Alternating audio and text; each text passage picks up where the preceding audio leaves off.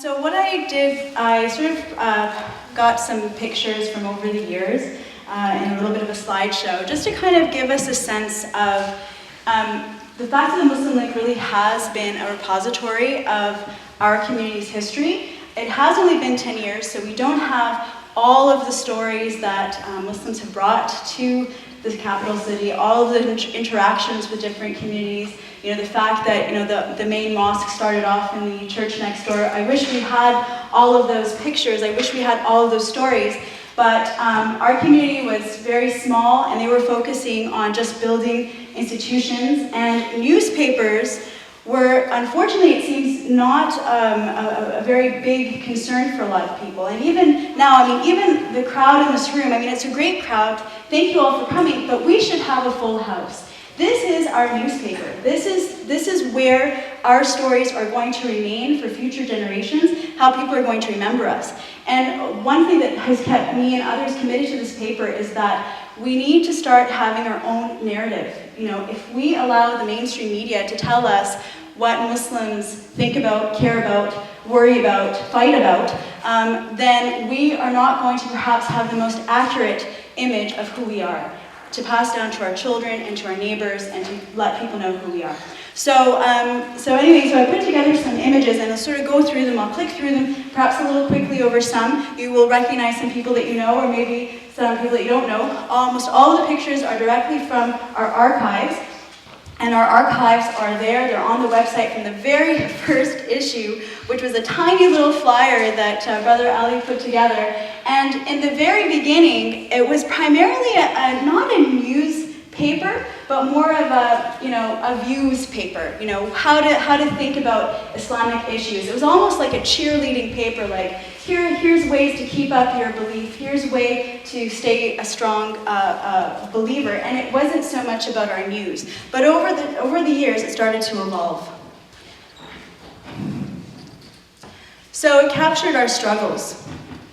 This is the first image that I chose, and Monia Mazik is in the crowd, and I know that this was a very difficult story for Monia and her family, and Brother Meher Arar and their family. Barat is here as well, and you can see Barat is really little, and her grandma. But I chose this for a reason, and this was, I think, a turning point. This story was a turning point for our community. And actually, if you look back to the archives of the Muslim Link, it was for this story that our views paper became a newspaper.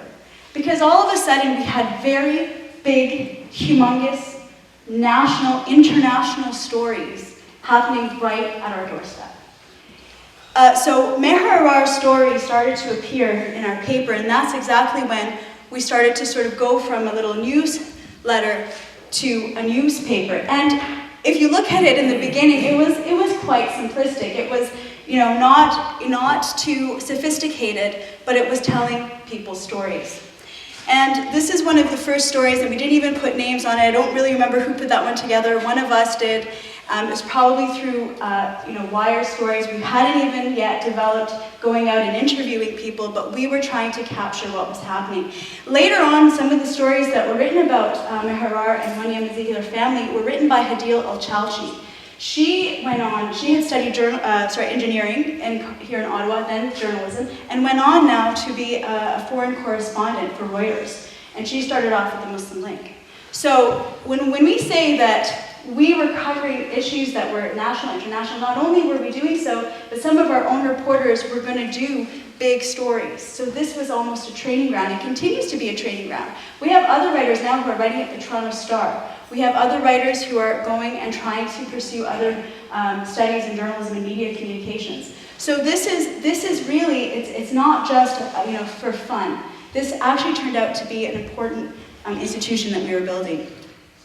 So we had many serious stories that continue until now, and we covered them. And many of us, I mean, some of us did have journalism degrees, but most of us did not. And we always had the ambiguous staff writer, with the person who never wanted to put their name on the story, but we did a lot of important reporting for our community. Also, I should mention, in this story, for example, the Canadian Council on American Islamic Relations, CARECAN, which I now work for, I went back to the very first issue, and they were there in the very first issue, as were many of the other institutions in Ottawa. So the very first issue had a summary of what is CARECAN, what is MAC, what is a Brar School, what are all of these MAC youth, what are all these institutions. So if you go back to that very first issue, it was like, come and get to know who we are. Who is our community? What are the things that we value? And so the struggles continue. So we cover local, national, and international. Our losses. We've covered the people who've passed away. People who meant something. So many of you will know some of these pictures. This is Imam Rashad. This is a brother who was martyred in Syria just a few months ago, the family of Amina Kandar and her husband. We published a verbatim reflection memory that she had in our paper that she posted onto Facebook, and we asked her, can we put it on our paper? Because again, he lived in Ottawa, and we wanted to have that story. It was important. So basically it's the history. Wafa Dabab, who passed away recently as well, part of our histories. Aminata, she had passed away in a plane crash. She had left behind Imam Yusuf and his children. May God rest all of their souls. We covered also international losses. So the tsunami, we covered that. We covered earthquakes. We covered what HCI was doing all around the world. So we covered these stories. We told the community. Yes, it was in the international media, but it couldn't be written in the same way that a Muslim is going to write it. Why? Because we will interpret it differently. It's through a different lens, and it was really important to offer that different lens to our community. Our victories. So this is a very recent event to celebrate the Queen's Jubilee winners that was in the main mosque, and Brother Azhar, he helped to organize that from the MCC, and there was a lot of collaboration on that. Some of the people, Sister Shana was there, Munia's there, a lot of people, Paul Dewar came, the mayor came. So this was, we had that on our front page. So these are our victories. Sports was mentioned. Don't ask me what this is about. It has something to do with sports. Something to do with sports. Sorry, guys. You can tell what I care about. Sorry. This one, again, some scholarship award, bursary awards given to members of our community from the Black Canadian Scholarship Fund. Familiar faces. Our people. So I'm going to flick through some of these. You'll recognize them all, I think. So we chronicled when we had people from our community being recognized internationally. Some of you may know all these faces. Somali mothers received key to the city. That was our front page. Familiar faces. Even international people who came and visited us. So a lot of people there, and all of these people make up our community, our institutions. So groundbreaking for Jami Omar. This is the Ottawa Islamic Center, raising money, Islamic Care Center now, raising money, always raising money, like all of our buildings.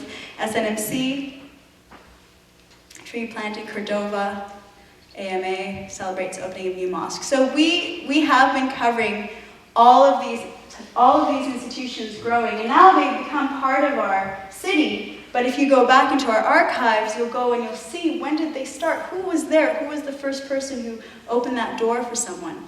Again, it's part of our history. The new prayer room that Shelby reported on earlier this year at Algonquin. The Ottawa Islamic School. We used to have something called Radio Islam that is no more, unfortunately, but it's still on our archives, so it's still part of our history. A bar school. Another front page story.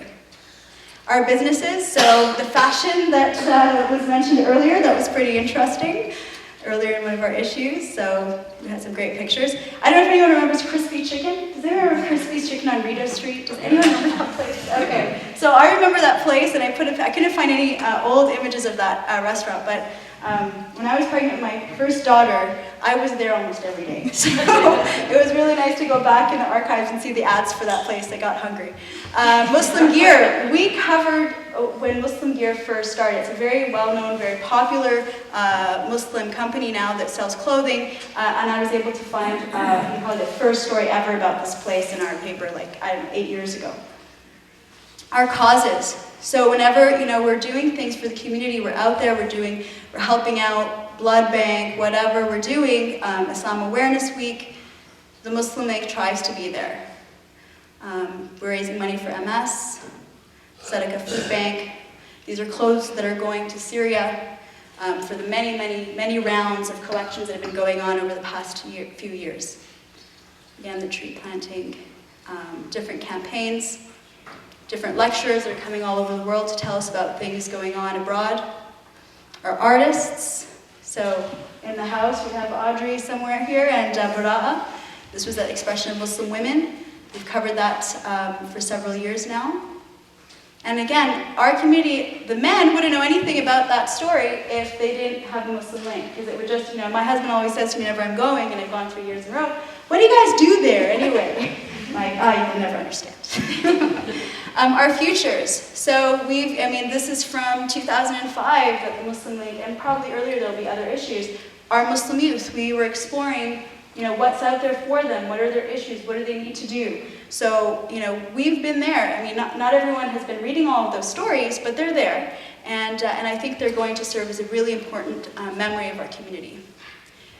Awards, recognitions. This young lady, Maha Temkit, went on to win the top prize in a French-speaking competition and won a scholarship to Ottawa U, a full scholarship for her full time there at her undergraduate.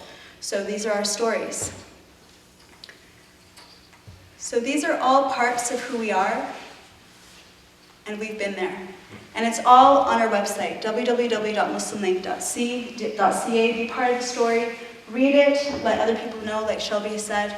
And it was Muslim League in Carrick that put this together. Thank you so much, and I hope that we'll have a fantastic evening. Thank you.